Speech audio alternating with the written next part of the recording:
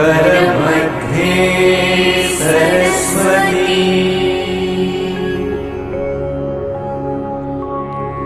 करमूले गोविन्दम् प्रभाते करदर्शनम्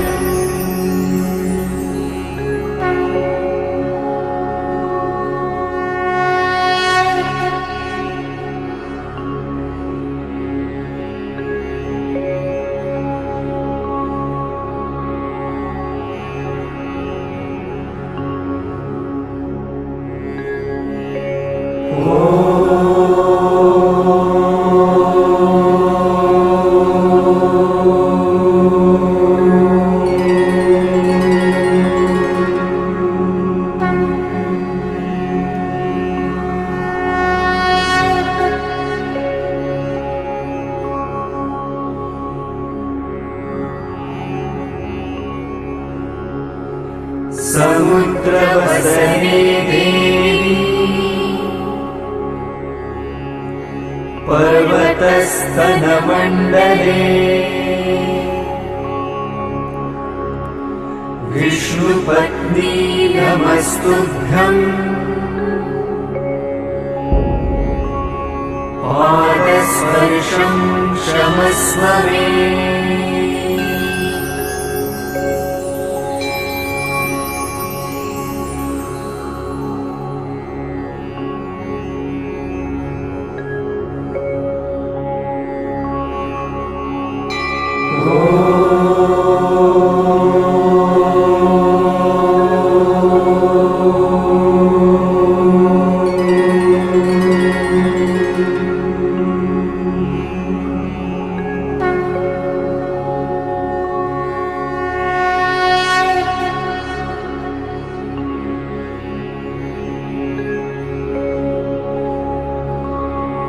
आदिदेव नमस्तुभ्यम्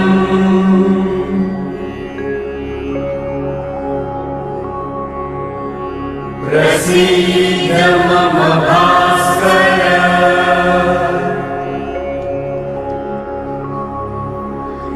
दिवाकर नमस्तुभ्यम् प्रभाकर नमोस्तुते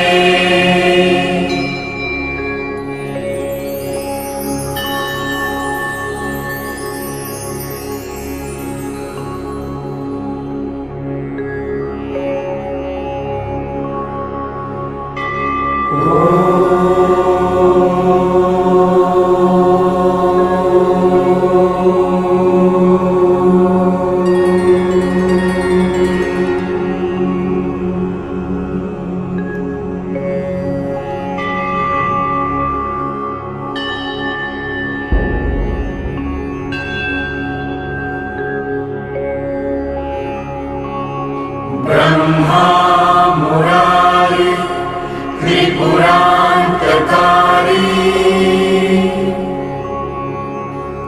भानुशशि भूमिसूतो बुधश्च गुरुश्च शुक्रः शनि राहुकेतवः कुर्वन्तु सर्वे मम सुप्रभातम्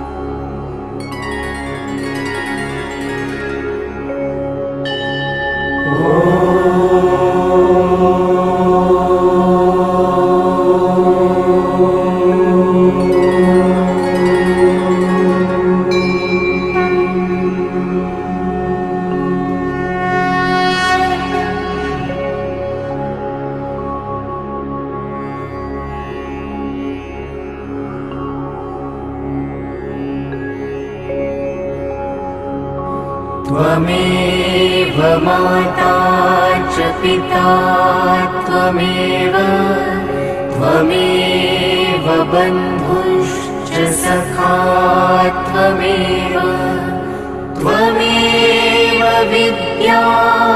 द्रविडं त्वमेव त्वमेव सर्वं मम देवदेव।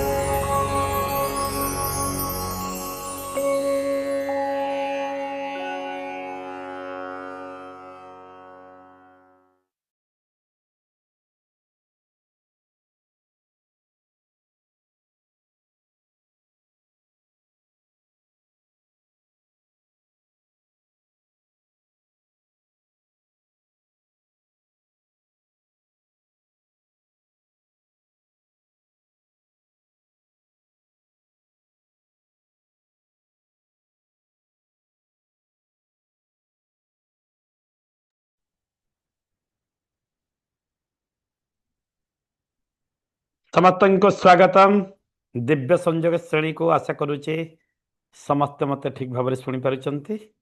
यस, ठीक भाव शुणी पार्टी। बहुत बढ़िया। चलते आज दिव्य संयोगर 29तम अध्याय को मुझे स्वागत करुचे। आज आम जीवनर एक वास्तवता क्षेत्र को आलोचना करवा, जहाँकि आम जीवन में आम अभ्यास करी आम जीवन को एक सुंदर महिमा मंडित आम करिपरिबा। तेबे विभिन्न पर्याय विभिन्न विषय आम आलोचना करुचंती। तेबे यही दिव्य संयोग श्रेणीर उद्देश्य होची कि the philosophical aspect of spirituality, अर्थात आध्यात्मिकतार दार्शनिक दिग उपर आम आलोकपात करुचंती, राइट। तेबे आध्यात्मिकतार दार्शनिक दिग उपरे आमे जेतेबेले आज जीवा, आमे आज आरंभ करिबा जीवनर महत्व विषय अष्टांग योग मार्ग विषय आज आलोचना करिबा। आपनको मध्य बहुत भल लागिबो। अष्टांग योग मार्ग बहुत सुंदर लागिबो। तेबे अष्टांग योग मार्ग को जेतेबेले आमे जाउचंती, योग कौन, योग को हमको जानवा को पड़िबो। ताको जानिबा पई आमे जेतेबेले आत्मार कथा आलोचना करंती, सहज भावरे सरल भावरे जदि आत्मा को आमे बुझिबा, ताले स्थिर अचंचल मन ही आत्मा अटे। आमर जो मन अच्छी दुई प्रकार मन, चेतन एवं अवचेतन मन, ताहार एक ऊर्ध्वमुखी चेतनार एक परिचय होची आत्मा।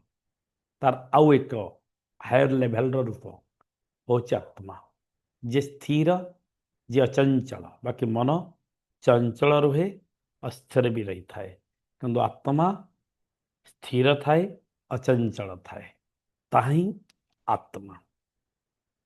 तेबे आमे जेतेबेले आमे अहंकार रो मुक्ति ही जीवाना, सेतेबेले आमर प्रकृत जीवन प्राप्ति ही थाए। अहंकार रो मुक्ति आमर जीवन प्राप्ति ही थाए। पुरुषार्थ बलरे मुक्ति हासिल करी शांतिर अनुभूति होची सत्यर उपलब्धि। आउ थरे कहूची, पुरुषार्थ बलरे मुक्ति हासिल करी शांतिर आनंद अनुभूतिर से सत्यर उपलब्धि ही होची जीवन, ताहा ही होची सत्यर उपलब्धि। असंतस्य कुतः सुखम बोली कहा जाइछि। अशांतस्य कुतम सुख। अशांतर जीवन कहीं, अशांतर जीवन कुआड़े कहीं पचरा जाइछि। तेरे जीवन समान नहीं जानतु समय, जीवन समान समय, समान वर्तमान मुहूर्त। जीवन समान समय, समान वर्तमान मुहूर्त।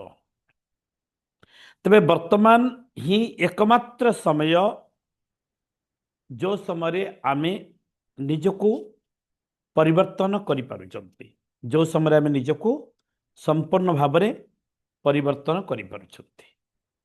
ତେବେ ଅଷ୍ଟାଙ୍ଗ ଯୋଗ ମାର୍ଗ ଯେତେବେଳେ ପାତଞ୍ଜଳିଙ୍କୁ ଯିବା, ଆମେ ପାତଞ୍ଜଳିଙ୍କଠୁ ପ୍ରାୟ ଆରମ୍ଭ ହୁଏ। ଋଷି ପାତଞ୍ଜଳିଙ୍କଠୁ ଯେତେବେଳେ ଆମେ ଆଲୋଚନା କରୁଛନ୍ତି, ସେତେବେଳେ ଅଷ୍ଟାଙ୍ଗ ଯୋଗ ମାର୍ଗକୁ ଆମେ 8ଟି ଅଙ୍ଗରେ ବିଭକ୍ତ କରନ୍ତି। ପତଞ୍ଜଳି କରିଛନ୍ତି, ଆମେ ତାକୁ ଅଭ୍ୟାସ କରନ୍ତି।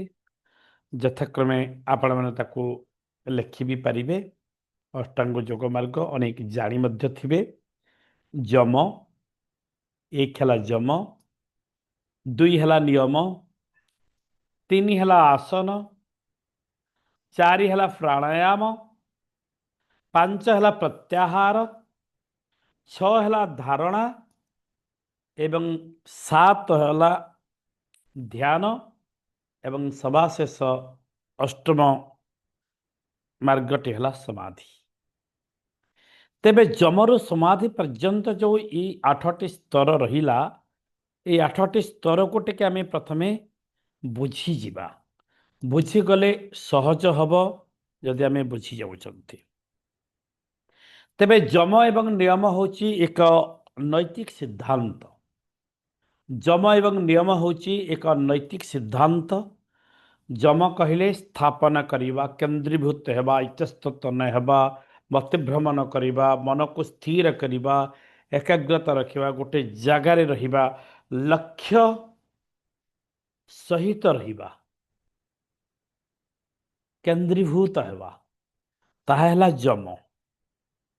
ନିୟମ ହେଲା ଆମ ଜୀବନରେ କିଛି ପ୍ରଣାଳୀ ଆମେ ଅନୁଭବ କରିବା, ପାଳନ କରିବା କି ଏହା ଏହା ଏହା ଏହା ଆମ ଜୀବନରେ କରିବା ଦରକାର, ତାହା ହେଉଛି ନିୟମ। ଆସନ, ଗୁଡ଼ାଏ ପ୍ରକାର ଆସନ ଅଛି। ଯୋଗାସନ କୁହାଯାଏ ତାକୁ। ଯୋଗାସନରେ ବହୁତ ପ୍ରକାର ଆସନ ଅଛି। ତେବେ ଗୋଟି ଗୋଟି କରି ଆମେ ଯିବା ତ ଆପଣଙ୍କୁ ସୁବିଧା ହେବ। ତେବେ ଯମ ଏକ ନୈତିକ ସିଦ୍ଧାନ୍ତ। ଯମକୁ ଆମେ 5ଟି ଭାଗରେ ବିଭକ୍ତ କରନ୍ତି। କେତେ ଭାଗରେ? 5ଟି ଭାଗରେ। ଯଥାକ୍ରମେ ଅହିଂସା, ସତ୍ୟ, ଆସ୍ତେୟ, ବ୍ରହ୍ମଚର୍ଯ୍ୟ ଏବଂ ଅପରିଗ୍ରହ। ଇଏ ହେଲା ଯମର 5ଟି ପଏଣ୍ଟ। ଅହିଂସା କହିଲେ ଆପଣମାନେ ସମସ୍ତେ ବୁଝୁଛନ୍ତି, କାହାକୁ ହିଂସା କରିବା ନାହିଁ। ଅହିଂସା ନୀତି ଅବଲମ୍ବନ କରିବା, ସମଭାବାପନ୍ନ। ଅହିଂସା, ହିଂସା କରିବା ନାହିଁ। ସତ୍ୟ, ଟ୍ରୁଥଫୁଲ, ସତ୍ୟ, ମିଛର ଆଶ୍ରୟ ନେବା ନାହିଁ। ସତ୍ୟ କହିବା, ସତ୍ୟ ଅନୁଭବ କରିବା। ଭଗବାନଙ୍କୁ କୁହାଯାଏ ସତ୍ୟ ଶିବ ସୁନ୍ଦର। ସେଇଥିପାଇଁ ଆସ୍ତେୟ ହେଲା ଚୋରି ନ କରିବା, କାହାରି ଦ୍ରବ୍ୟକୁ ଅପହରଣ ନ କରିବା, ତାହା ହେଲା ଚୋରି। କେବଳ ଏ କଥା ନୁହଁ, ଥଟ୍ସକୁ ମଧ୍ୟ ଅପହରଣ ନ କରିବା। ଥଟ୍ସ ବି ଯଦି ଅପହରଣ କରୁଛନ୍ତି, କାହାଠୁ ନେଉଛନ୍ତି, କହିଦେବାର ଅଛି ଯେ ମୁଁ ତାଙ୍କଠୁ ଶିଖିଛି, ଜଣେ ଋଷିଙ୍କଠୁ ଶିଖିଛି, ଜଣେ ଗୁରୁଙ୍କଠୁ ଶିଖିଛି, ତାହେଲେ ଆପଣ ଚୋରି କରୁନାହାନ୍ତି। ଯଦି ଆପଣ ଥଟ୍ସ ବି ନେଇଯାଉଛନ୍ତି ଏବଂ ଏଇଟା ମୋର ନିଜସ୍ୱ ଥଟ୍ସ ବୋଲି କହୁଛନ୍ତି, ତାହେଲେ ତା ମଧ୍ୟ ଆପଣ ଆସ୍ତେୟ ନିୟମକୁ ପାଳନ କରୁନାହାନ୍ତି, ଆସ୍ତେୟକୁ ପାଳନ କରୁନାହାନ୍ତି। ବ୍ରହ୍ମଚର୍ଯ୍ୟ, ଇନ୍ଦ୍ରିୟମାନଙ୍କୁ ନିୟନ୍ତ୍ରଣ କରିବା, ଆମର ଇନ୍ଦ୍ରିୟମାନଙ୍କର ଲାଳସାକୁ ପରିହାର କରିବା, ନିଜକୁ ବୀର୍ଯ୍ୟବାନ କରିବା, ଶକ୍ତିଶାଳୀ କରିବା, ଊର୍ଜାବାନ କରିବା, ତାହା ହେଲା ବ୍ରହ୍ମଚର୍ଯ୍ୟ।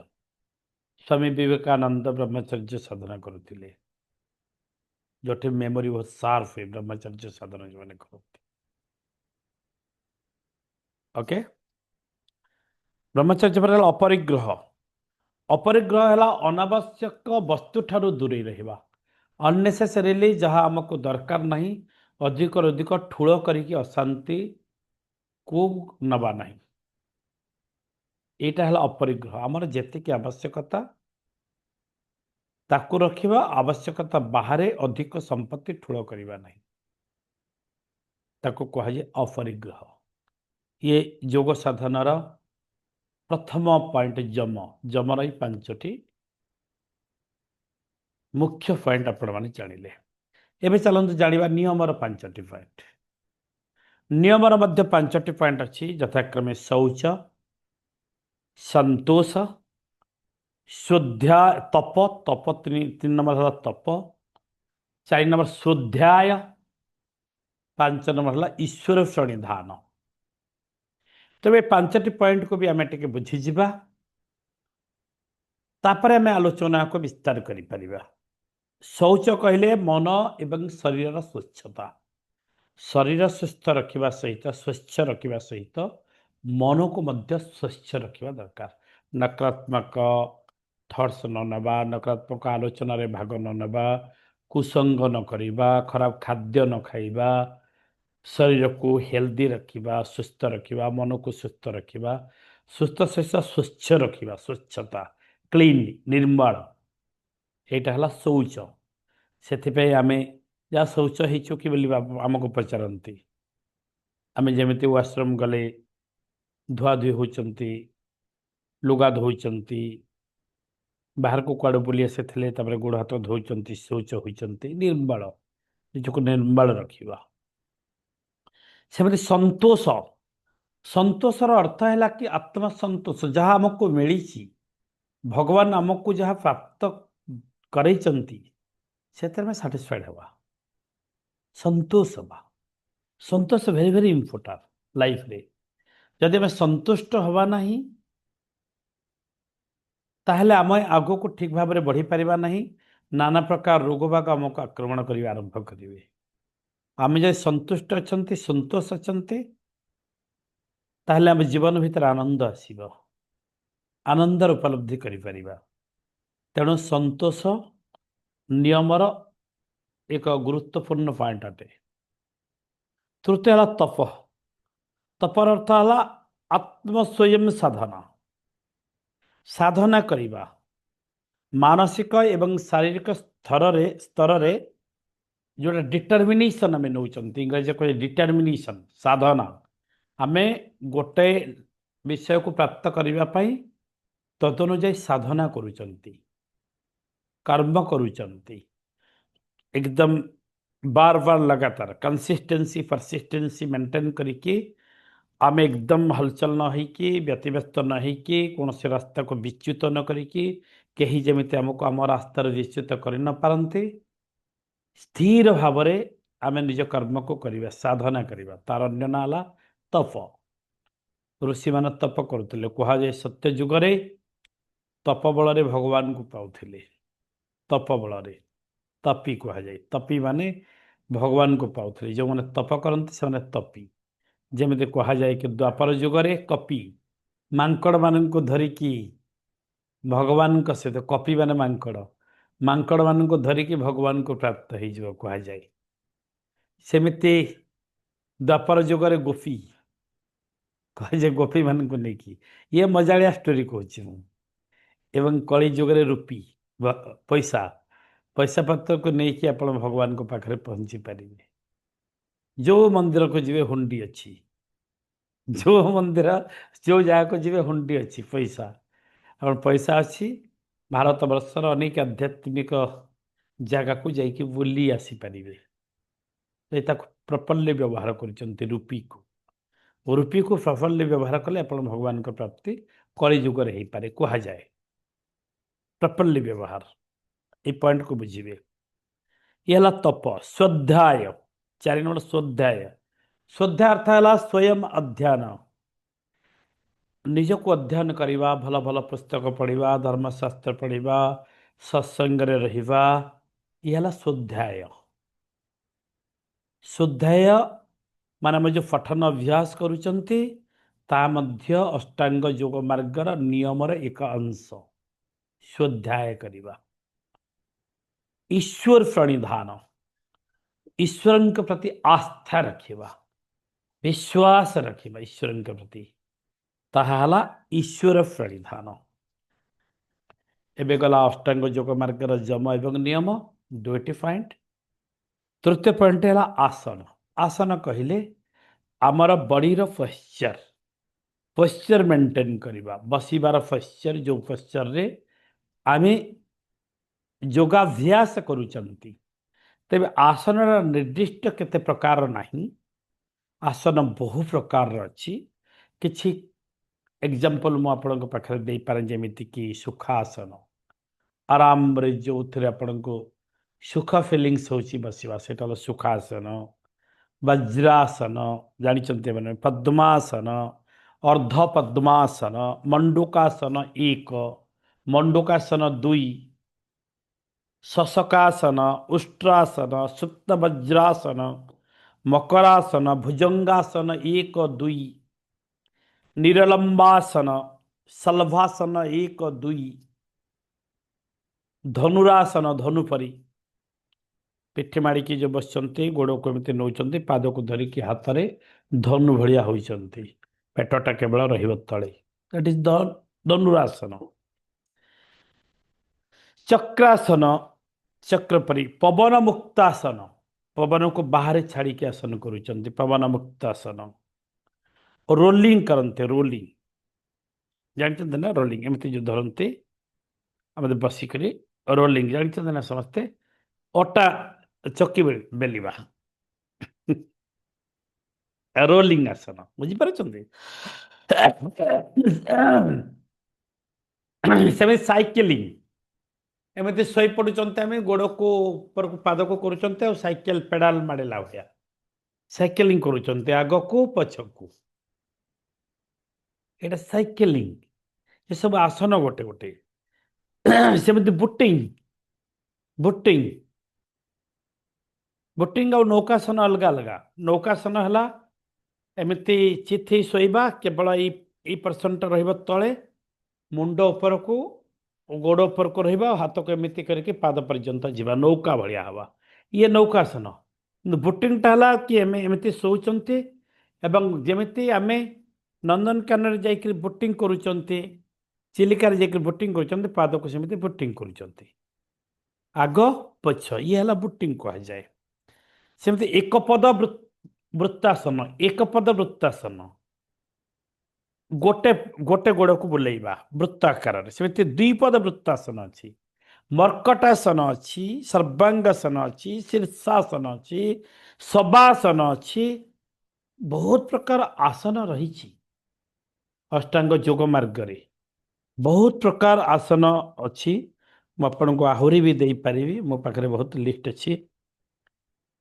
सूर्य नमस्कार जो करुँचे से नमस्कार आसन ऊर्ध्व हस्तासन हस्तपदासन अश्व संचालनासन पर्वतासन षष्टांगासन साष्टांगासन भुजंगासन पर्वतासन पर ईश्व संग्रलासन हस्तपदासन ऊर्ध्व हस्तासन नमस्कारासन 12टी पर्याय सूर्य नमस्कार पूरण हुए 12टी पर्याय आप समस्त सूर्य नमस्कार जानते 12टी स्टेप ये 12टी स्टेप गोटे गोटे आसन ओके ता सहित आपण आहरी आसन नहीं पारे हस्तचालना जो हस्तचालना बाड़ी खेल मान करते देखिए बाड़ी खेल बाड़ी मझी को धरवे एवं बाड़ी खेल बुलेबे बहुत जोर बुलाते देखी ना ये है हस्त चालना बाम को दक्षिण को बुलेबे खंडा चालना ओके हाथ को घुरेबा एमती जो घुरते आम कला बेल को मॉर्निंग क्लास रे दुई हाथ को पार्श्व हस्त चालना मुंड को जो घुराउंट मुंड चालना अंटा चालना आंठू चालना पाद चालना ये सब गुड़िक हूँ आमर आसन अंग विशेष ओके भल लगुच तो आलोचना टी तापर आम जा आसन गला प्राणायाम गले प्राणायाम कौन ना प्राणायाम होची आमर श्वास को नियंत्रण करिबा प्राणायाम अर्थ है कि श्वास को नियंत्रण करके शरीर एवं मन को सुस्थ रखिबा शांत रखिबा प्राणायाम महत्व है केते धीरे धीरे आम प्राणवायु को दीर्घ सूत्री कार्यक्रम भितर नहीं पारुचंते एकदम स्लोली नबा स्लोली छाड़िबा प्राणायाम अभ्यास होची कि आम प्राणवायु को अधिक समय पर्यंत धारण करके रखिपार दक्षता हासिल करिवार अन्य ना होची प्राणायाम बुझंतु कौन कहूँ कईछ जमिति दीर्घ श्वास निये धीरे धीरे श्वास निये बोली कईछर आयु बहुत ଅତି କମରେ 500 ବର୍ଷ, 1000 ବର୍ଷ କଇଁଛ ବଞ୍ଚେ। କାହିଁକି ଜାଣିଛନ୍ତି? ତାର ଶ୍ୱାସ ପ୍ରକ୍ରିୟାଟା ବହୁତ ସ୍ଲୋ ଥାଏ।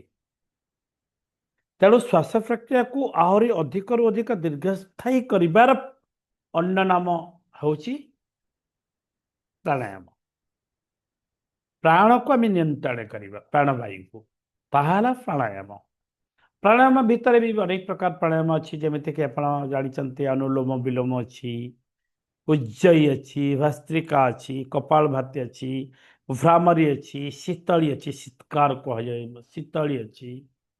ଏମିତି ଅନେକ ପ୍ରକାର ପ୍ରାଣାୟାମ ମଧ୍ୟ ଚାଲିଛି। ଆହୁରି ନୂତନ ନୂତନ ପ୍ରାଣାୟାମ ମାନଙ୍କର ବା ଅଭ୍ୟୁଦୟ ଘଟୁଛି। ପତଞ୍ଜଳି ଏ ଯୋଗ ସାହିତ୍ୟରେ, ଯୋଗ ଆଧ୍ୟାତ୍ମିକତା ଭିତରେ ଏ ପ୍ରାଣାୟାମ ସ୍ଥାନ ଅନନ୍ୟ, ଅତୁଳନୀୟ। ମଣିଷକୁ ସୁସ୍ଥ ରଖିବା ପାଇଁ, ମନକୁ ଶାନ୍ତ ରଖିବା ପାଇଁ ପ୍ରାଣାୟାମକୁ ନିଆଯାଏ। ପ୍ରାଣାୟାମ ପରେ ଆସିଲା ପ୍ରତ୍ୟାହାର। ପ୍ରତ୍ୟାହାରର ମଧ୍ୟ ନିଶ୍ଚିତ ସଂଖ୍ୟା କିଛି ନାହିଁ, କିନ୍ତୁ ପ୍ରତ୍ୟାହାର ଅର୍ଥ ହେଲା କି ଆପଣଙ୍କ ଇନ୍ଦ୍ରିୟମାନଙ୍କୁ ବଶୀକରଣ କରିବା। ଇନ୍ଦ୍ରିୟମାନଙ୍କୁ ବଶୀକରଣ କରିବାର ଅନ୍ୟ ନାଁ ହେଲା ପ୍ରତ୍ୟାହାର। ଇନ୍ଦ୍ରିୟମାନଙ୍କୁ ଆପଣ ନିଜ ବଶରେ ରଖିବେ ଏବଂ ଇନ୍ଦ୍ରିୟ ଲାଳସା ଯାହା ଆସୁଛି, ମନେ କରନ୍ତୁ ବହୁତ ବଢ଼ିଆ ଖାଦ୍ୟଟେ ଦେଖିଦେଲେ ଜିଭ ଲାଳସା ଓ ଖାଇବା ପାଇଁ ଇଚ୍ଛା ହେଲା, ତାକୁ ପ୍ରତ୍ୟାହାର କରିବେ, ଦୂର କରିବେ, ଇନ୍ଦ୍ରିୟକୁ ନିଜ କଣ୍ଟ୍ରୋଲକୁ ଧରି ଆସିବେ। ତାହା ହେଉଛି ପ୍ରତ୍ୟାହାର। ପ୍ରତ୍ୟାହାର ପରେ ଆମେ ଆସୁଛନ୍ତି ଧାରଣା। ଧାରଣାର ଅର୍ଥ ହେଉଛି, ଆପଣ ଭଲ ଭାବେ ଆମେ ସମସ୍ତେ କରୁଛନ୍ତି, ତାହା ହେଲା ଡିପ୍ ଥଟ୍ସ। ଡିପ୍ ଥଟ୍ସ ଯେଉଁ କୁହାଯାଉଛି ସେଇଟା ଧାରଣା।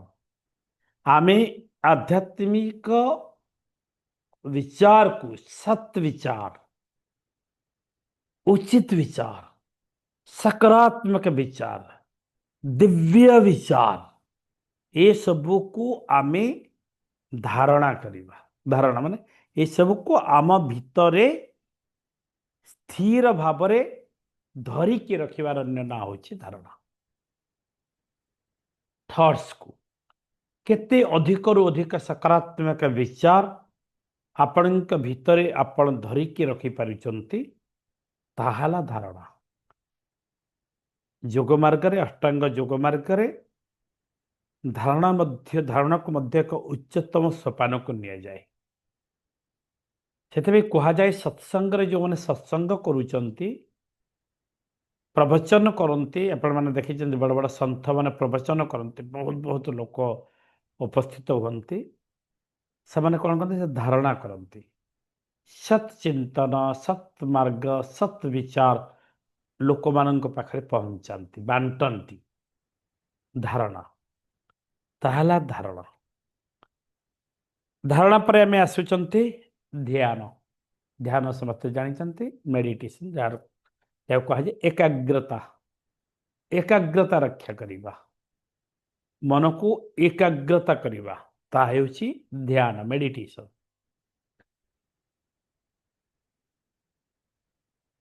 आपणकर अस्थिर मन, आपणकर चंचल मन, आपणकर दुखी मन, ये सब को स्थिर करने को हेले आपन को मेडिटेशन करने को पड़े। आम मेडिटेशन करती, ध्यान करती। यदि ध्यान करुचंती ताहले आम मन शांत रुहे, सकारात्मक विचार भितर आम किसी समय रही जाती।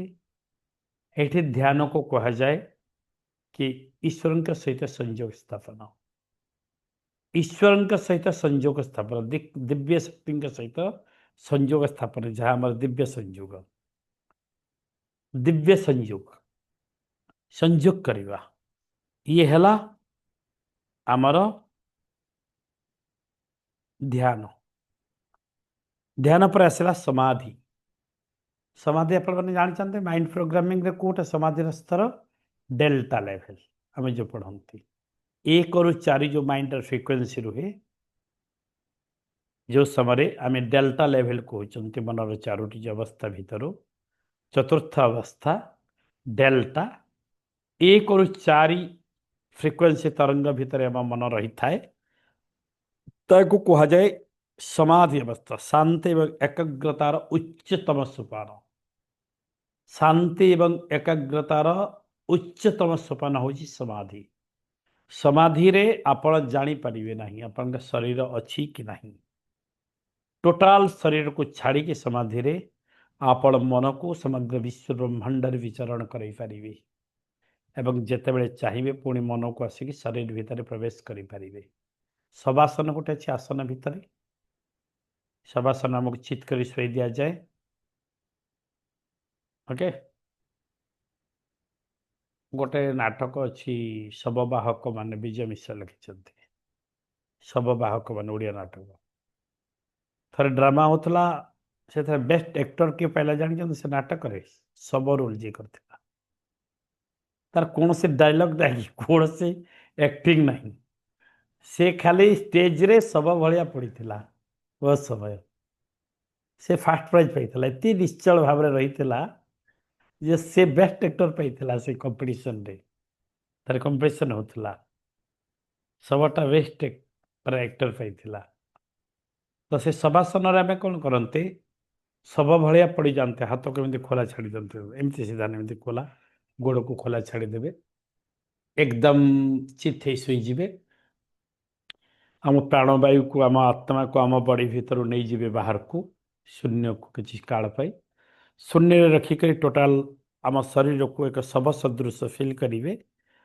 एवं ताको फील करेंगे सतरे शरीरटा पड़ रही यहाँ जीवन काल भितर एत कम कर दया देखु आम निजे निज प्राण निज शरीर को देखुं ऑब्जर्वेशन भितर नौ या द्वारा कौन साधन हुए ए नकारात्मक विषय आदौ नुह ये आध्यात्मिकतार एकदम डीप लेवल जितेबले आम निजक शब करी प्राण को बाहर को आणिकी निजक पुणी निरीक्षण करुँच ऑब्जर्वेशन भितर नौ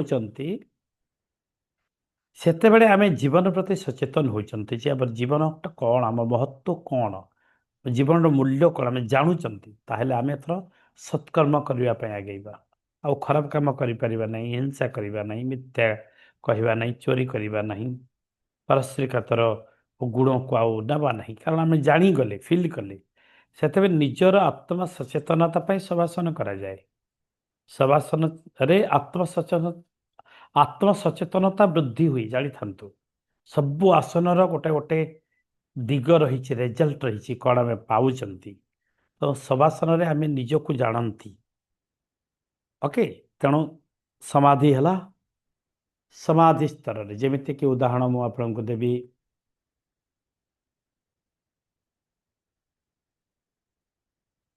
कि वाल्मीकि जो तपस्या करुले जानते मरा मरा घोषी घोषी जो तपस्या करुले टोटाल वाल्मीकि अर्थ है उई हुंका शरीर एकदम उई हुंका हो समाधि स्तर रे थिले अनेक मुनि ऋषि समाधि स्तर रे रहते आजिका डेट रे अच्छा अनेक साधक मैंने समाधि स्तर रे रही पारती सेतेबेले आपन शरीर को से समय से शरीर जदि आप छुंची भी फोड़े से जापर किसी शरीर फिलिंग्स न थाए पूरा बाहरी आसी शरीर ताहला समाधि स्तर कह समाधि अष्टांग योग मार्गर सबुठ बड़ी उच्चतम एवरनेस जोटा अवस्था एकाग्रता शांति एवं एकाग्रतार एकदम हायर लेवल ताहला समाधि समाधि अवस्था बहुत मुनि ऋषि माने समाधि अवस्था रे रहंती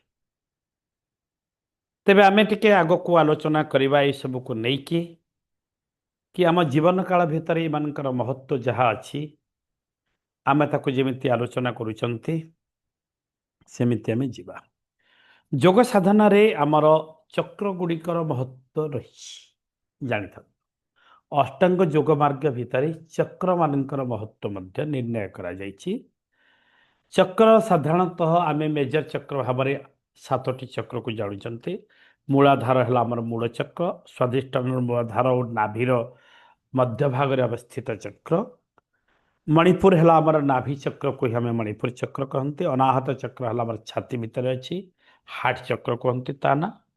विशुद्धि चक्र है आमर कंठ चक्र। आज्ञा चक्र है दुई भ्रुलता मझिरे अवस्थित थिबा चक्र। एवं सहस्रार चक्र है मुंड उपरे। এই ମୁଣ୍ଡକୁ ଟିକେ ଛାଡ଼ିକି ଶୂନ୍ୟରୁ 2 ଇଞ୍ଚ ଉପରେ ଗୋଟେ ଚକ୍ର ଅଛି ତାକୁ ସହସ୍ର ଚକ୍ର। ତାର ଆଉ ଟିକେ ଊର୍ଦ୍ଧ୍ୱତମ ସୋପାନରେ ଆଉ ଗୋଟେ ଚକ୍ର ଅଛି ତାକୁ ଅଷ୍ଟମ ଚକ୍ର ଭାବରେ କୁହାଯାଏ ନିଆଯାଏ ଚକ୍ର ବିଷୟରେ। ଏହି ଚକ୍ରମାନଙ୍କର ମହତ୍ତ୍ୱ ମଧ୍ୟ ବହୁତ ପରିମାଣରେ ରହିଛି। ଯେତେବେଳେ ଆମେ ପ୍ରାଣାୟାମ କରୁଛନ୍ତି, ସାଧନା କରୁଛନ୍ତି, ଅଷ୍ଟାଙ୍ଗ ମାର୍ଗ ସାଧନା କରୁଛନ୍ତି, ଅଷ୍ଟାଙ୍ଗ ଯୋଗ ମାର୍ଗକୁ ସାଧନା କରୁଛନ୍ତି, କୁହାଯାଏ ଏକାକ୍ଷରମ୍ परम ब्रह्म। एकाक्षरम परम ब्रह्म। एक अक्षर परम ब्रह्म किए? ओम। ओम और इत्यादि ओम। प्राणायाम परम तपः। प्राणायामटा होची सर्वश्रेष्ठ तप बोली कुहाଯାଏ। सावित्र्यास्तु परम नास्ति मौना सत्यम विशिष्यते। मौन रहिबा सर्वश्रेष्ठ सत्य को प्रतिपादन करिबा। जेମିତି अंतःकरणरे जात होइथिबा ईश्वर दर्शनर गोटे बिंदु उत्साह। बुझंतु आउ थरे। अंतःकरणरे जात होइथिबा ईश्वर दर्शनर गोटिए मात्र बिंदुर उत्साह स्वर्गर लक्षे मंदिर दर्शनर माधुर्य ठारू बेसी। बुझी पारले? आउ थरे कहूची अंतःकरणरे जात होइथिबा ईश्वर दर्शनर गोटे बिंदु उत्साह। अर्थात आम अंतर भितर ईश्वर को दर्शन करिबार गोटे बिंदु उत्साह जदि आम भितर ये ताले स्वर्गर लक्षे मंदिर गोटी गोटी गोटी गोटी कर स्वर्गर लक्षे मंदिर दर्शन कले जी पुण्य मिले जी माधुर्य मिले आम अंतर भितर निज भितर ईश्वर दर्शनर गोटे बिंदु उत्साह जी आनंद मिले बोली कहुए। अर्थात ये पिंडर ही ब्रह्मांड अच्छी पिंड भितर ही समस्त जगत अच्छी लुचि रही। तो पिंड को छाड़ी शरीर को छाड़ी मन को छाड़ी आत्मा को छाड़ी बाहर खोजिले से माधुर्य से आनंद आम पाइपर ना। से आनंद से माधुर्य सेते पाइबा जिते अंतर भितर ईश्वर को खोजार उत्साह सृष्टि करवा। ओके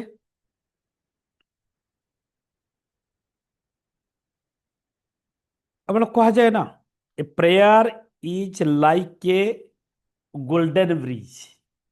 प्रेयर प्रार्थना a prayer is like a golden bridge between man and God. मनीष एवं भगवान को संयोग करुवा एक सुवर्णर फुल ब्रिज होची प्रेयर प्रार्थना। A prayer is like a golden bridge between man and God. जानतु तेज असोतमा सद्गमय तमसोमा ज्योतिर्गमय एटा तो जानी समस्ते। असोतमा सद्गमय फ्रॉम टेम्पररी टू परमानेंट। असत्रु सत् आड़ को जीवा। तमोसोमा ज्योतिर्गमय अंधार आलोक आड़ को प्रभावित हवा। From darkness to light. From ignorance to wisdom. Ignorance to wisdom आड़ को जाऊँच प्रज्ञान आड़ को जाऊँच अज्ञान रु प्रज्ञान आड़ को जीवा। ओके बहुत बढ़िया शब्द लिखिपारि। अज्ञान रु प्रज्ञान आड़ को जीवा। डार्कनेस रु लाइट आड़ को इग्नोरेंस टू विजडम आड़ को जीवा। मृत्युर्मामृतम गमय from death to eternity. From time to timelessness को जीवा। टाइम टू टाइमलेसनेस को जीवा। बुझंतु ब्यूटीफुल वर्ड मु कहूँ आपण आगे ताहा होची मृत्युर्मा अमृतम गमय। ତେବେ ଯୋଗ ଇଜ୍ ଏ କାପାସିଟି ବିଲ୍ଡିଂ। ସମସ୍ତେ ଜାଣନ୍ତୁ yoga is a capacity building. yoga is a personality development factor. Personality ଆମକୁ ଆମର ବ୍ୟକ୍ତିତ୍ୱର ବିକାଶ କରିବାରେ ଯୋଗ ଏକ ଉପାଦେୟ ଭୂମିକା ନେଇଥାଏ। ଏବଂ ଯୋଗ ମଧ୍ୟ ହେଉଛି ଯୋଗ ଇଜ୍ ଗୋଟେ ଇମ୍ୟୁନିଟି ବୁଷ୍ଟର ମଧ୍ୟ କହିପାରିବେ ଆପଣ ଯୋଗକୁ। ଇମ୍ୟୁନିଟି ବୁଷ୍ଟର ଆପଣ ଇମ୍ୟୁନିଟିକୁ ମଧ୍ୟ ଶକ୍ତିଶାଳୀ କରିଥାଏ, ଇମ୍ୟୁନିଟିକୁ ବୁଷ୍ଟ କରିଥାଏ yoga। ଓକେ,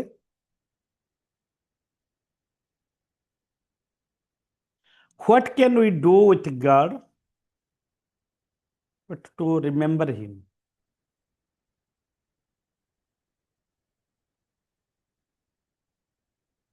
ଭଗବାନଙ୍କ ସହିତ ଆମେ କ'ଣ କରୁଛନ୍ତି ଭଗବାନ ଅନୁଭବ କରିବା ଦରକାର। ଆମେ ଭଗବାନଙ୍କ ସହିତ କ'ଣ କରୁଛନ୍ତି ଭଗବାନ ଅନୁଭବ କରିବା ଦରକାର। ସେଥିପାଇଁ ତ କୁହାଯାଏ ସମତ୍ୱം ଯୋଗ ଉଚ୍ୟତେ।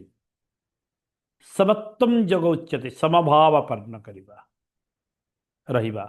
ଦି game of life is the best game of life. ଜାଣନ୍ତୁ, the game of life is the best game of life. ଭଲ ଲାଗିଲା ଧାଡ଼ିଟି? Okay, the longer the breath, the longer the longevity. ଯୋଉଟା ମୁଁ କହିଲି ଆମ ବ୍ରିଥକୁ ଯୋଉଟା ପ୍ରାଣାୟାମରେ ଆମେ ଶିଖୁଛନ୍ତି, ଯେତେ ଲମ୍ବା ପର୍ଯ୍ୟନ୍ତ, ଯେତେ ଦୀର୍ଘ ପର୍ଯ୍ୟନ୍ତ ନେଇପାରିବା, ଛାଡ଼ିପାରିବାର ଅଭ୍ୟାସ କରିଦେବା ନା, ଲଂଜିଭିଟି ବଢ଼ିଯିବ ଆମର। ଦି longer the breath, the longer the longevity. ଏବଂ ଆମର ଯେଉଁ ଜୀବନଟା ଦେଖୁଛନ୍ତି ନା, ଏଇ ଜୀବନଟା life itself is a magic. ହଁ ନା ନାହିଁ? ରହସ୍ୟ କି ନାହିଁ? ଆମ ଜୀବନ ଏକ ରହସ୍ୟ ନା ନାହିଁ? ଧୀରେ ଧୀରେ ଆହୁରି ଆହୁରି ରହସ୍ୟ ଲାଗୁଛି ନା ନାହିଁ ଭିତରକୁ ପଶିଲେ? ଏ ଭିତରେ କେତେ ଗଭୀରତମ, କେତେ ରାସ୍ତା ଅଛି ଭାବନ୍ତୁ। ଏ ଭିତରକୁ ଯେତେବେଳେ ଜଣି କରିବା ଆରମ୍ଭ କରିବା ନା, ଅନ୍ତଃ ଜଣି ଯେତେବେଳେ କରିବା, ଯାତ୍ରା କରିବା ଆରମ୍ଭ କରିବା ନା, এই ଭିତର ରାସ୍ତାଟି କେତେ ସୁଦୂର ପ୍ରସାରୀ। এই ବାହାରେ ଯେତିକି ରାସ୍ତା ଦେଖୁଛନ୍ତି, ଯେତିକି ଅନଲିମିଟେଡ ଜାଗା ଦେଖୁଛନ୍ତି, ଯାହାକୁ ଅନନ୍ତ କହୁଛନ୍ତି, ବିଶାଳ ଆକାଶ, ବିଶାଳ ପୃଥିବୀ, এই ଭିତରେ ମଧ୍ୟ ସେମିତି ଅନନ୍ତ ଅନନ୍ତ ରାସ୍ତା ଅଛି। ଆମ ଭିତରେ ଅନନ୍ତ ପଥ ଅଛି, ଯେଉଁ ପଥ ସରେ ନାହିଁ, ଯେଉଁ ପଥ ଦେଇକି ଆମେ ଯାତ୍ରା କଲେ ଆହୁରି ଆହୁରି ଆହୁରି ଆହୁରି ଜୀବନର ମାଧୁର୍ଯ୍ୟ, ଜୀବନ ଉପଭୋଗ କରିପାରିବା, ଏନ୍ଜୟ କରିପାରିବା। ଜୀବନର ମଧୁରତା କ'ଣ ଜାଣିବା, ଜୀବନର ମହତ୍ଵ, ଜୀବନର ମାଦକତା ଜାଣିପାରିବା। କେତେ ସୁନ୍ଦର, କେତେ ଐଶ୍ୱର୍ଯ୍ୟପୂର୍ଣ୍ଣ ଆମର ଜୀବନ ସତରେ। ଯେଉଁ ଶରୀରଟା ମିଳିଛି, ଯେଉଁ ମନଟା ମିଳିଛି, ଯେଉଁ ଆତ୍ମାଟା ମିଳିଛି, ସତରେ କେତେ ଜନ୍ମର ପୁଣ୍ୟ ବଳରେ ଆମକୁ ମିଳିଛି। ଆମେ এই ଅନ୍ତଃ ଯାତ୍ରା କଲେ ହିଁ ଜାଣିପାରିବା। ଓକେ, ତେଣୁ life itself is a magic. Spiritual science, ଆଧ୍ୟାତ୍ମିକ ବିଜ୍ଞାନ ଆମେ ଯାହାକୁ କହୁଛନ୍ତି, ଆଧ୍ୟାତ୍ମିକତା, spiritual science is the higher science in the world. ଜାଣନ୍ତୁ, ଏ ପୃଥିବୀରେ ସବୁଠାରୁ ଉଚ୍ଚତମ ବିଜ୍ଞାନ ଯଦି କିଛି ଥାଏ, ତାହା ହେଉଛି ଆଧ୍ୟାତ୍ମିକତା, ଯାହା ଆମେ ଆଲୋଚନା କରୁଛନ୍ତି। ଯେଉଁଠି ସାଇନ୍ସ ଆଧ୍ୟାତ୍ମିକତାରୁ ହିଁ ସୃଷ୍ଟି, ଯେଉଁଠି ସାଇନ୍ସ ଫେଲ୍ ମାରେ, ସେଠି ଆଧ୍ୟାତ୍ମିକତା ବିଜୟ ଲାଭ କରେ। এটা ଆପଣ ଏହାକୁ ବିଶ୍ୱାସ କରନ୍ତୁ ବା ନା କରନ୍ତୁ, this is truth, this is fact. ତେଣୁ ତସ୍ୟ ବାଚକଃ Pranab, ତସ୍ୟ ବାଚକଃ Pranab. The rich and the educated need more light than the poor and the uneducated। ହଁ ନା ନାହିଁ? ଆଉ ଥରେ କହିବି, the rich and the educated need more light than the poor and the uneducated। ଯେଉଁମାନେ ଶିକ୍ଷିତ ଅଛନ୍ତି, ଧନୀ ବ୍ୟକ୍ତି ଅଛନ୍ତି, ଆମେମାନେ କିଛି ଧନ ସମ୍ପତ୍ତି ଅଛି, କିଛି ଜ୍ଞାନ ପାଉଛନ୍ତି, ଏଜୁକେଟେଡ୍ ଅଛନ୍ତି, ଯେଉଁମାନେ ପୁଅର୍, गरीब श्रेणी लोक अछंती शिक्षा ग्रहण करि पारुनांती तांकठु बहु गुणरी आमे परिश्रम करवा दरकार अछि से तो जानी ना परिश्रम कौन करेंगे आम जानते आम अधिक अधिक आलोक प्रदान करवा दरकार बिना स्वार्थ अनायास गभीर भाव आलोकित करार अच्छे कहीं आलोक को जानुंट ज्ञान रूपक आलोक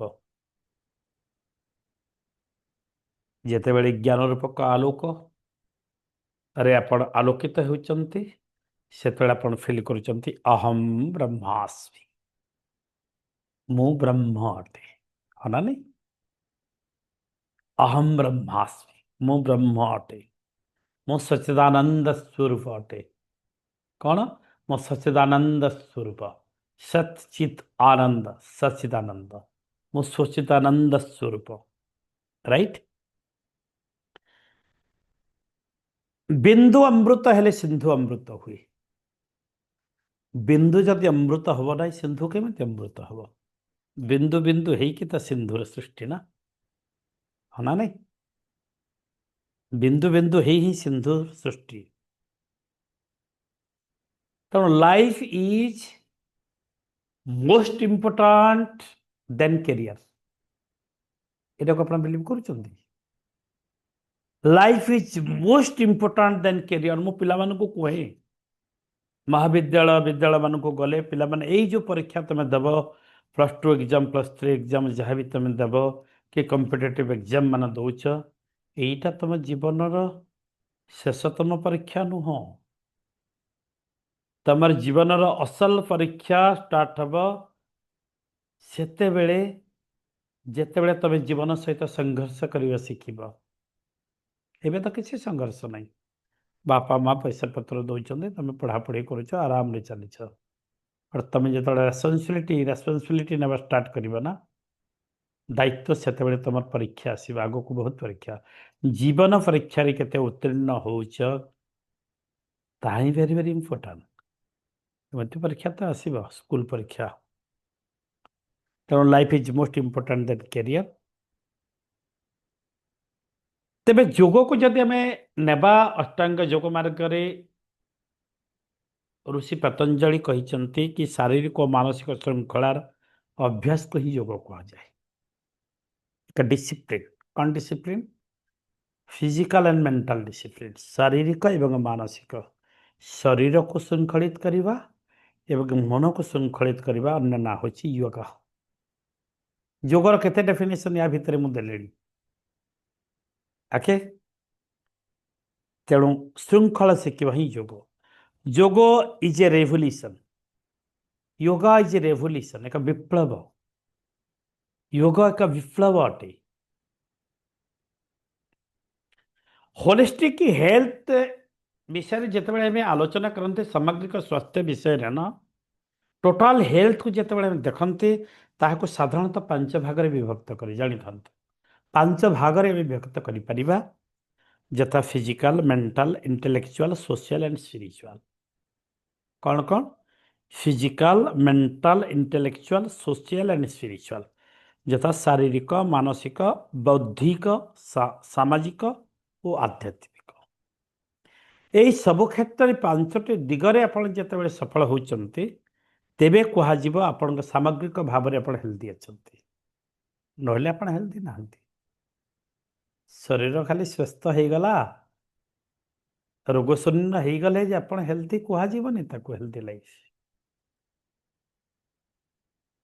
गट इट बुझीपार समस्ते यस वेरी गुड तेणु physical mental intellectual social spiritual ताकि शारीरिक मानसिक बौद्धिक सामाजिक एवं आध्यात्मिक सफलता ही होची आमर सामग्रिक स्वास्थ्य सफलता जहाँकि अष्टांग योग मार्ग में शिखा जाए ये 5टी क्षेत्र में आपण सफल हो पारे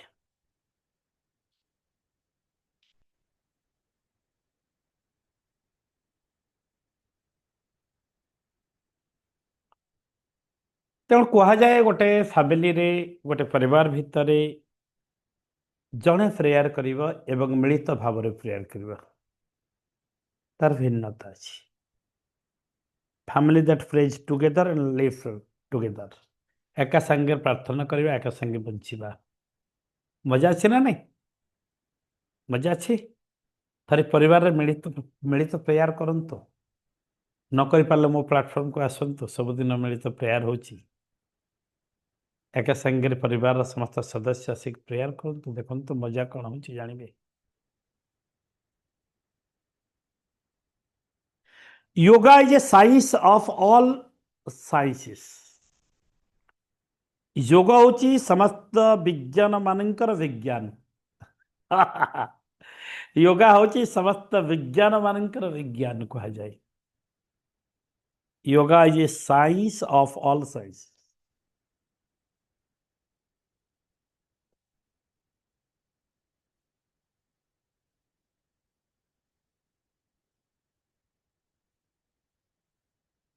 ओके,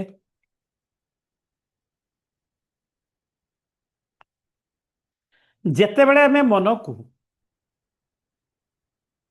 क्रमान्वय करवा शिखिजिबा, कौन करवा, वेरी वेरी इंपोर्टेंट पॉइंट एटा, क्रमान्वय करवा शिखिजिबा। क्रमान्वय कहले सिक्वेन्स रे दबा, सिक्वेन्स सिक्वेन्स सिक्वेन्स करवा क्रमान्वय रे। मु कहे ब्लूप्रिंट क्लास रे जो मैंने अच्छा डिकोडियर सबकॉन्शियस ब्लूप्रिंट क्लास रे सकाळ उठिकी राति शोईकी उठा पर्यंत क्रमान्वय लिखापी स्क्रिप्ट राइटिंग करके भिजुअलाइजेशन करा जाउछि। एटा अष्टांग योग मार्गर एक पर्याय, जानतु कोठु आसी।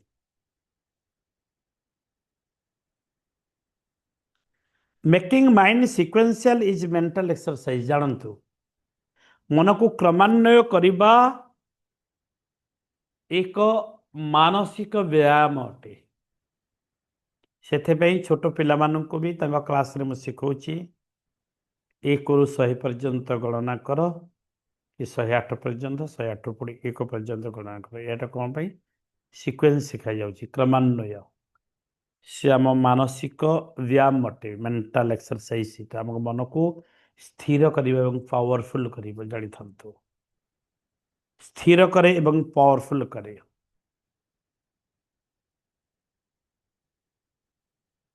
आत्म उपलब्धि ही ईश्वर उपलब्धि, ये कथा तो समस्त जानते।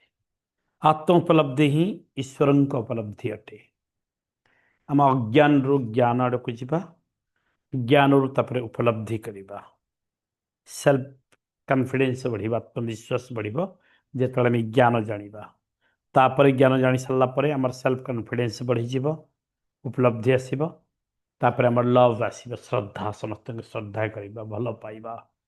तापर श्रद्धा आसी सारला परे हमर समस्त भल पाइबा, शत्रु कहीं रहे। तापर आम भीतर करेज आसीबो, साहस। कहुए आत्मविश्वास, श्रद्धा एवं साहस, यही तीनोटे ही सारा पर चतुर्थटा आमको मिलूँ आनंद, एंजॉयबिलिटी। आनंद, एंजॉयबिलिटी। ओके, तेणु कह जाए जड़े सुप्त व्यक्ति अन्य सुप्त व्यक्ति को उठाई पार नहीं, पार जड़े शोता व्यक्ति आउ जड़े शोता व्यक्ति को उठाई पार कि? उठी व्यक्ति उठ आप भोर उठुंत 5टारू मान जी शोते परिवार वर्ग उठाऊँ ना, आप शोते उठेबे केमी?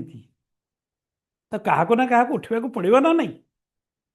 से जनक किए आमे ही पारते ना आउ किए पारते,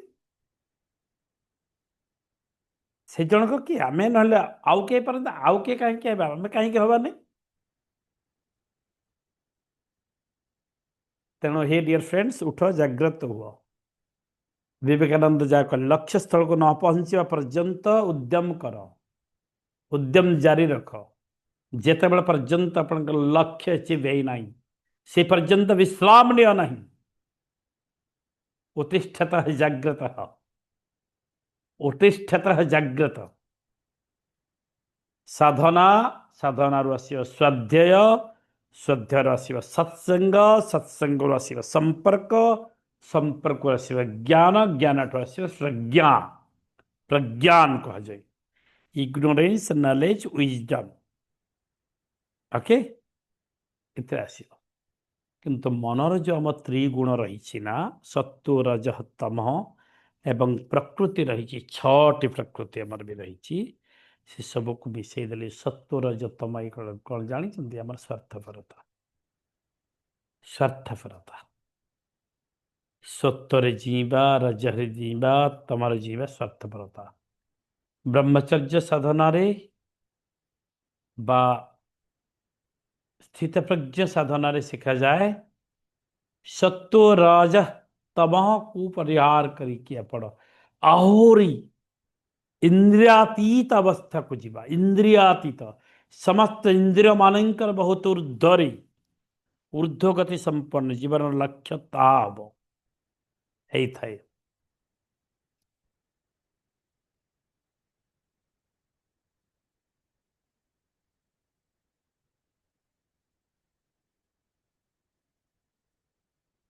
ଓକେ,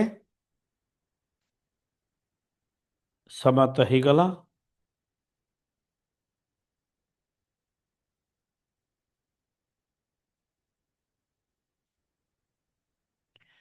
ତେବେ ଗୋଟେ ଧାଡି ଆଉ କହୁଛି,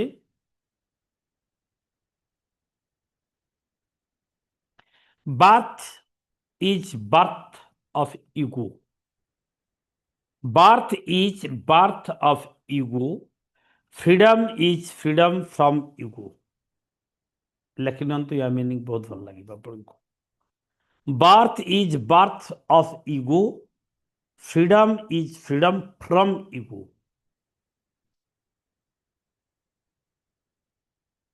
ये रोमान महर्षि କହିଛନ୍ତି, रोमान महर्षि କହିଛନ୍ତି କଥା।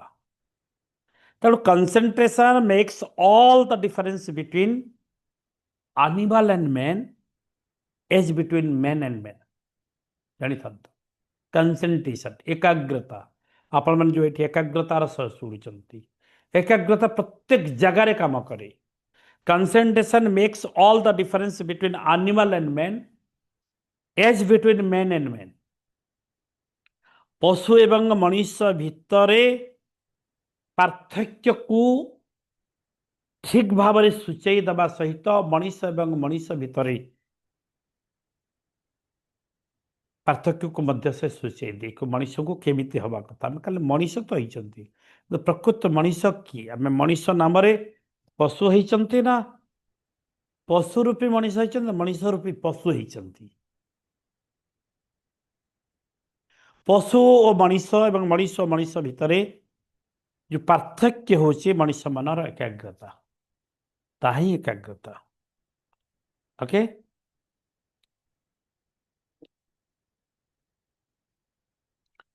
ତେଣୁ ସିଦ୍ଧିମନ୍ତ୍ର କୁହେ ଧୀର ଦୀର୍ଘଶ୍ୱାସ ହିଁ ପ୍ରାଣ ଅଟେ। ଧୀର ଦୀର୍ଘଶ୍ୱାସ ହିଁ ପ୍ରାଣ ଅଟେ। ସ୍ୱାଭାବିକ ତଡ଼ିତ ମନ୍ତ୍ରଶ୍ୱାସ ଧ୍ୟାନ ଅଟେ। ସ୍ଥିର ଅଚଞ୍ଚଳ ମନ ହିଁ ଆତ୍ମା ଅଟେ। ଆତ୍ମା ପ୍ରେମାନନ୍ଦମୟ ସ୍ଥିତି ଅଟେ। ଆଉ ଥରେ କହିଦେଉଛି, ଏଇଟା ହିଁ ଏଣ୍ଡ ହେବ ଆଜିର ଦିବ୍ୟ ସଂଯୋଗ ଶ୍ରେଣୀର ସିଦ୍ଧି ମନ୍ତ୍ର। ଧୀର ଦୀର୍ଘଶ୍ୱାସ ହିଁ ପ୍ରାଣ ଅଟେ। ସ୍ୱାଭାବିକ ତଡ଼ିତ ମନ୍ତ୍ର ଶ୍ୱାସ ଧ୍ୟାନ ଅଟେ। ସ୍ଥିର ଅଚଞ୍ଚଳ ମନ ହିଁ ଆତ୍ମା ଅଟେ ଏବଂ ଆତ୍ମା ପ୍ରେମାନନ୍ଦମୟ ସ୍ଥିତି ଅଟେ। ଆଶା କରୁଛି এই ଆଧ୍ୟାତ୍ମିକ ଆଲୋଚନାରେ ଅଷ୍ଟାଙ୍ଗ ଯୋଗ ମାର୍ଗର ସାଧନା ଗୁଡ଼ିକ ଆମମାନଙ୍କ ଜୀବନରେ ରୂପାୟିତ ହେଉ, ଆମକୁ ଆହୁରି ସମୁଜ୍ଜ୍ୱଳ କରୁ, ଆନନ୍ଦମୟ କରୁ ଏବଂ ସେଇ ଦିବ୍ୟ ଚେତନା ସହିତ ଆମ ସମସ୍ତଙ୍କୁ ସଂଯୋଗ କରୁ। ସମସ୍ତଙ୍କୁ ଦିବ୍ୟ ପ୍ରଣାମ। ସମସ୍ତେ ଟିକେ ଆଖି ବନ୍ଦ କରିକି ରହିବା, ଶାନ୍ତି ପାଠ କରିବା।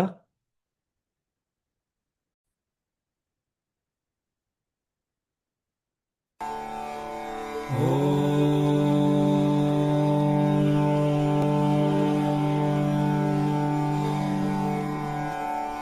असतो मा सद्गमय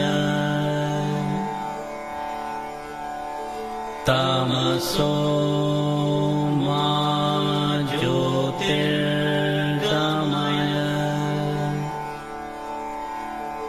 मृत्योर्मामृतङ्गमय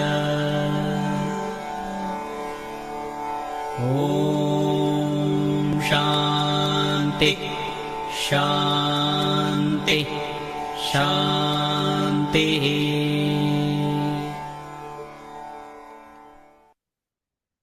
समस्तों को दिव्य प्रणाम।